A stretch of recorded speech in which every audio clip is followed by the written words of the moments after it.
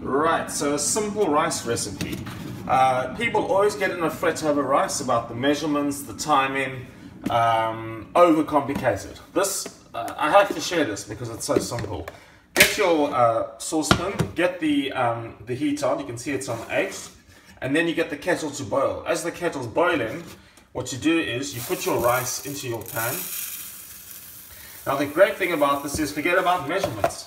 You know, put your rice in. It doesn't matter how much rice you put in. You know, I don't know, looking at that, that's 3 or 4 portions of rice I can see.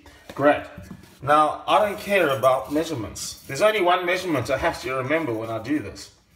And that is basically to fill up water, hot water, above the rice so that it is half a thumb above the rice when I put the water in. So that's the only measurement you have to remember. None of this half a cup to 1 cup to whatever bullshit. Okay, half a thumb of water above the rice. So I have boiled my kettle.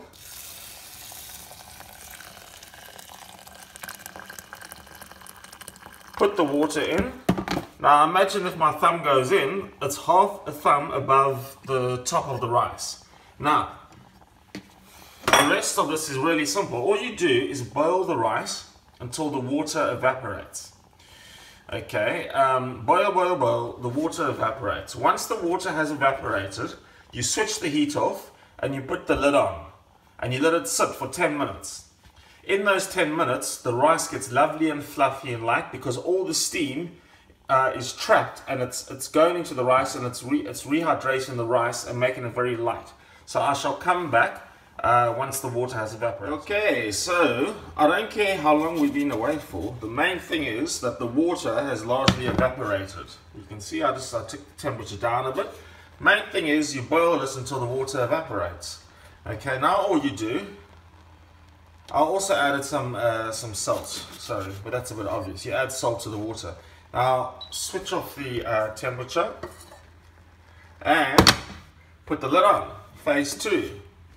Now you just leave it for 10 minutes. And in all that time, the steam is going to be coming up. It's going to be making the rice lovely and fluffy and moist, which you won't get any other cooking method. And I'll come back then. Okay, so it's been 10 minutes. And just lift it up. You can see over there how light and fluffy and steamed the rice is.